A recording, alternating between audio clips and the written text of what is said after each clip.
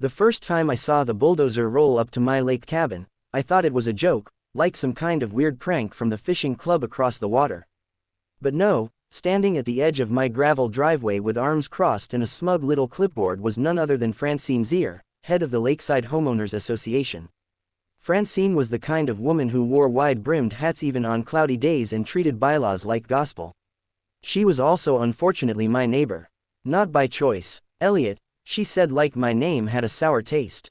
This structure violates Article 12 Section 3 of the HOA guidelines. Improper siting, not in compliance with community aesthetics.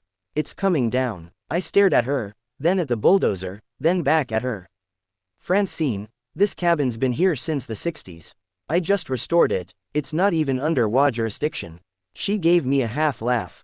Oh, honey, the board voted last month to expand the HOA boundary. Your little fishing shack is now part of our community. You can't just redraw property lines, I snapped. We can, and we did, she said, tapping her clipboard. You should have come to the meeting. I didn't get any notice. Well, we posted it on the bulletin board at the clubhouse. If you're not engaged, that's not our fault. I was about to blow a gasket. The cabin wasn't much, but it was mine. My grandfather built it, I'd spent every summer here since I was a kid. And Francine, who wore pearls to weed her flower beds, wanted to flatten it because the siding didn't match her coastal chic Pinterest board. You step 1 foot onto my property with that thing, I told the bulldozer operator, and I'll have you arrested. Francine rolled her eyes. It's not your property anymore, Elliot. You're lucky we're not invoicing you for the demolition. I watched as she spun on her heel and started walking back toward her golf cart like she'd already won. That's when something clicked. I went into the cabin, dug through the old filing cabinet in the corner, and pulled out a thick yellowed envelope. I hadn't looked at it in years. Inside were the original land documents, deeds, surveys, and one very interesting sheet titled Transfer of Ownership Lakeside Parcel B. I narrowed my eyes. Parcel B, Lakeside Clubhouse. Holy hell, my grandfather hadn't just bought the land under this cabin. Decades ago, he'd purchased a large section of lakeside property, most of which had later been leased out for community use, including the land the HOA's fancy clubhouse currently sat on. I checked the date. The lease expired last year, and no one had renewed it. I grabbed my truck keys. This wasn't just about a cabin anymore. Francine Zier just picked a fight with the wrong guy. I drove straight to the county assessor's office. The building was quiet, dusty, and smelled faintly like old coffee and carpet glue. A tired woman behind a plexiglass window raised an eyebrow as I slid the envelope across the counter. Need to verify a land deed, I said. And I need copies. Certified. She flipped through the pages, her eyes narrowing on the transfer document. You said this is Parcel B. Yep. Her fingers tapped rapidly at the keyboard. After a moment, she turned the monitor toward me. The satellite image lit up with property lines. My cabin nestled on the edge of a thick green border. But smack in the middle of the border was a rectangular building labeled Community Center Lakeside HOA. Well, she said, adjusting her glasses. According to our system, this parcel is still registered under the name of your grandfather. There's a lease agreement here that appears to have expired last June. No renewal. She shook her head. Not according to our records. If it hasn't been rescinded, the land rights revert to the current deed holder, which is me. Correct. You'll need to file a claim of inheritance to officially transfer it under your name if you haven't already. I'll do it today. She slid a stack of forms across the counter. Once that's processed, you'll hold full authority over any structures on that land, including the ones built without your consent. Outside in the truck, I sat for a moment and stared out at the courthouse square. A fountain burbled lazily in the center. A couple of teenagers were skateboarding near the benches. I wasn't just going to stop Francine from bulldozing my cabin. I was going to evict the entire HOA from their little palace. By the time I got back to the lake, the bulldozer was gone, but a fresh set of orange stakes had been driven into the ground around the edges of my cabin. A laminated notice was nailed to my front door. Final demolition approval pending. 48 hours. I yanked it down and marched straight to Francine's house. Her lawn looked like a showroom. Every blade of grass the same height, her flower beds arranged with surgical symmetry. She opened the door wearing gardening gloves and a blazer like she'd just come from a landscaping board meeting. You've got about 30 seconds to explain what this is, I said, holding up the notice. She leaned against the door frame casually. Oh, Elliot, it's just procedure. We can't have non-compliant structures dragging down property values. You're trespassing again, and unless you want to find out what a criminal trespass charge looks like stapled to your front door, you'll remove every stake and sign by sundown." She gave a short laugh, but it was thinner than before. "You're all bluster. You wouldn't even know where to begin." I pulled a folded document from my jacket pocket and held it up. "This is a certified deed, Parcel B, which includes the land your precious clubhouse sits on. The lease expired. You're squatting." Her face froze. "Until that lease is renewed, which it won't be, you have no legal right to that property. That means no meetings, no events, and no use of the lakefront dock. As of today, you're trespassing on my land." She started to protest, but I wasn't interested in listening. "I'm giving you 48 hours to vacate the building.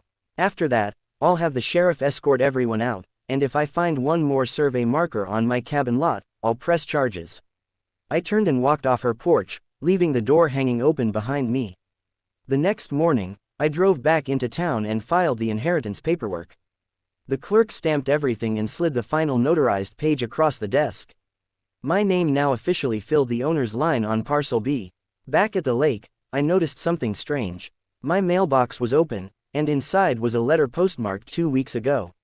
It was from the HOA, a notice of inclusion claiming the cabin had been voted into the HOA boundaries, but the envelope had no stamp. Someone had slid it in by hand.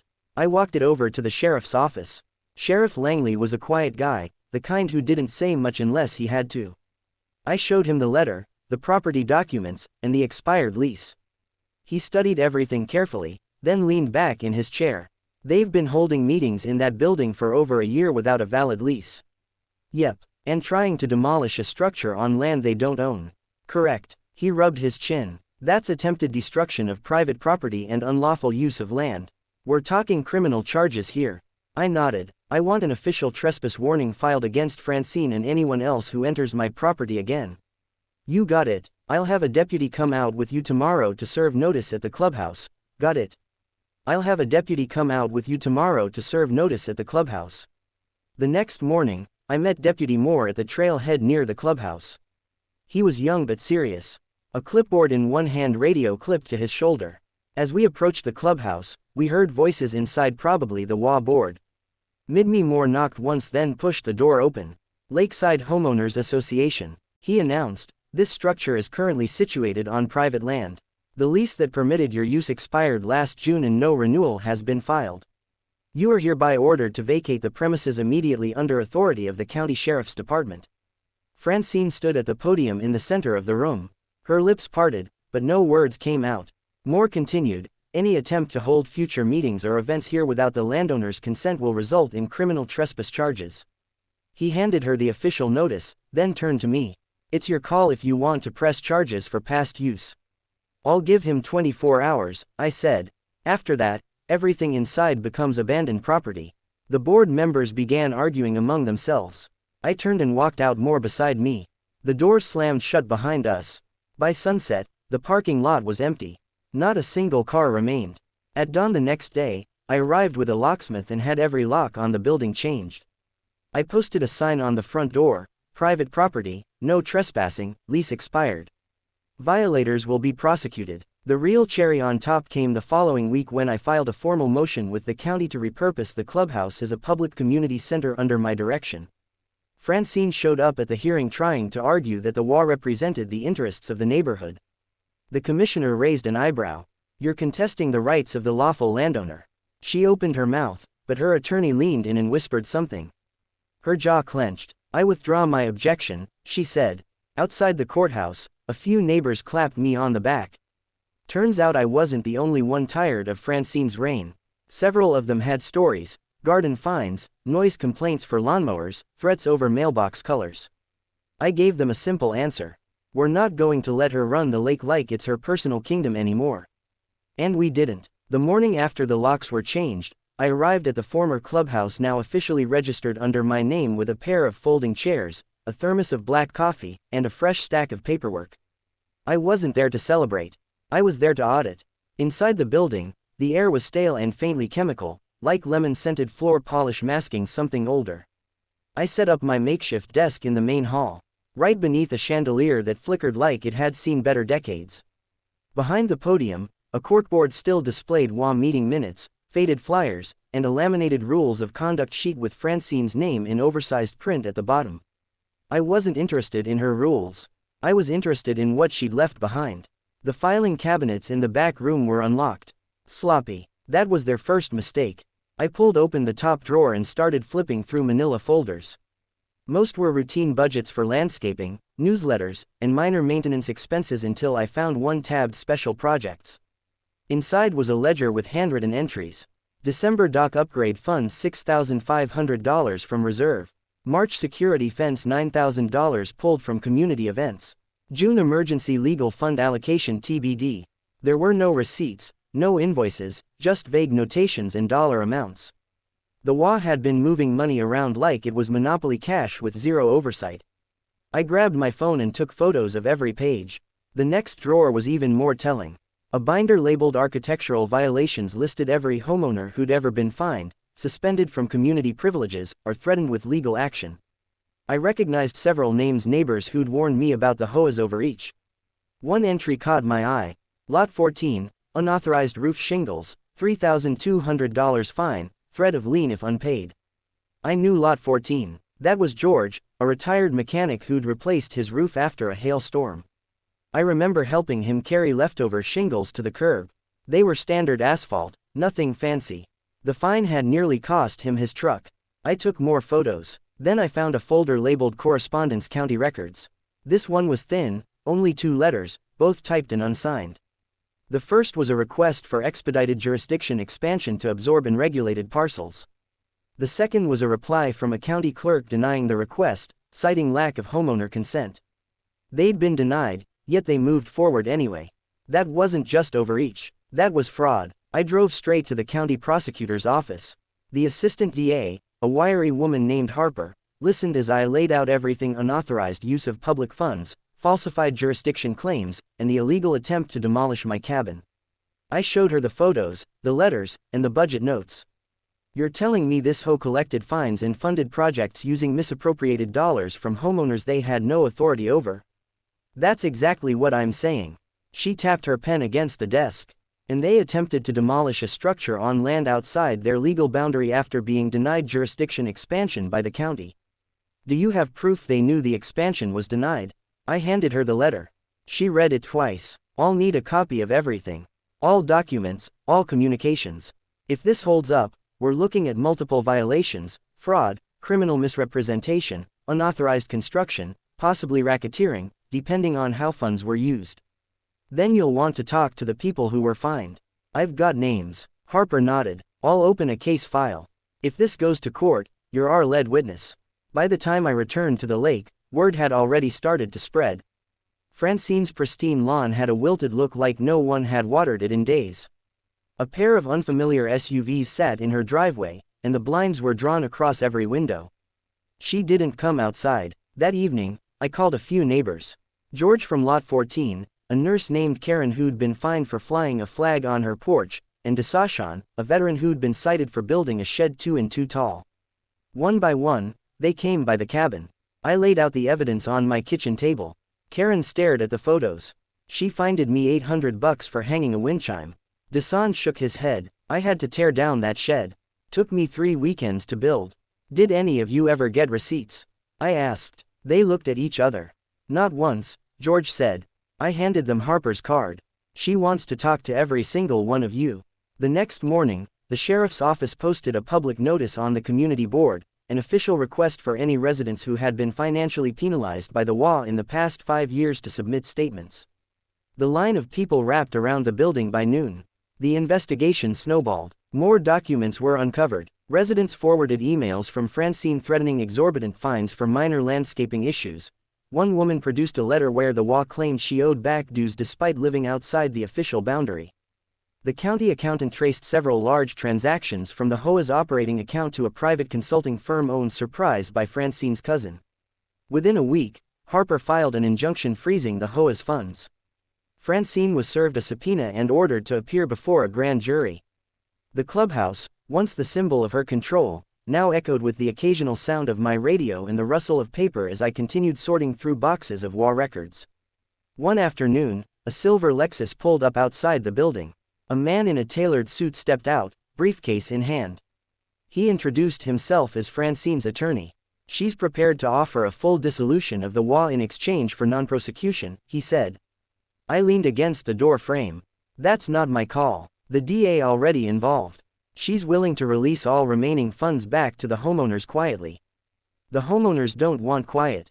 They want accountability. Beside, then you leave us no choice." "No," I said. Francine left herself no choice. He turned and walked back to his car without another word. Over the next month, subpoenas rolled out to the entire former board. Depositions were taken. The county held a public hearing packed to the walls with furious residents. People stood up one after another telling stories of intimidation, threats, and financial coercion. The room was electric with frustration and a strange kind of relief. The truth was out. Francine never showed up to the hearing. Word had achieved fled to a relative's place in South Carolina. But it didn't matter. The damage was done. The judge ordered the HOA to dissolve within 30 days. All remaining funds, nearly $80,000, were distributed evenly among the affected homeowners.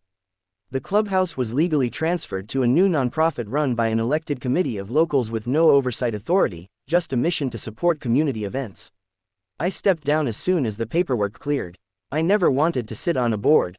I just wanted peace. A month later, I hosted a barbecue on the clubhouse lawn. George grilled ribs. Karen brought potato salad. Deshaun DJ'd from a folding table with a Bluetooth speaker and a grin that stretched ear to ear. No rules, no fines, just neighbors, finally free from the tyranny of bylaws and pearl-clad committees. As the sun dipped below the lake, I looked out at the water and finally felt like the cabin was mine again. Not just the boards and siding, but the space, the silence, and the right to live without fear of a notice tacked to the door. Francine lost her empire. We gained a community. 2 months after the HOA's dissolution, life around the lake settled into an almost eerie quiet. For the first time in years, there were no patrols, no mailbox inspections, and no surveillance drones buzzing overhead. People started talking to each other again, not in hushed tones behind hedges, but face to face like neighbors. Still, a few things didn't sit right. The deeper I dug into the old HOA records, the more inconsistencies I found. Not just questionable fines or vague budget lines, those were already under review, but actual missing assets. There were receipts for payments made to companies that didn't seem to exist. Landscaping services billed for months when no one had seen a crew. A $22,000 line item for wildlife control consultation with no documentation of what was supposedly done. I forwarded everything to Harper, the assistant DA, who had been building a broader case. She called me into her office the following week. "We've subpoenaed the HOA's old bank account," she said, flipping through a stack of printed bank statements. "There are cash withdrawals, large ones, made at ATMs in 3 different counties, all by the same person, Francine Zier. How much total? Just over $140,000, spread out over 4 years." I sat back, stunned. She was skimming off the top the whole time. Harper nodded. "We're pushing for felony theft, criminal misappropriation of funds, and conspiracy to defraud. If we can prove she intentionally fabricated project expenses, that brings in wire fraud, too. She created those companies, didn't she? Looks that way. The LLCs are registered to a P.O. box in her maiden name. We're working on tracking down tax records now." I leaned forward. That clubhouse wasn't her power base. It was her front. Harper tapped her pen twice against the desk. "The judge just signed a statewide warrant. If she's still in South Carolina, we'll find her." A week later, she was in cuffs. She'd been living in a rental home under a false name, cashing checks from one of the shell companies while claiming to be a consultant. The sheriff's department picked her up during a grocery run. According to the arresting officer, she tried to claim it was all a misunderstanding and that she had every right to manage the community's assets. Back at the lake, I got the call from Harper personally. "She's being extradited back here. Her arraignment is scheduled for Monday." The news spread fast. By noon, someone had nailed a hand-painted sign to the old mailbox near the clubhouse, "Just a stock, now boarding." The hearing was public and the courthouse was packed. Francine entered in a tan jumpsuit.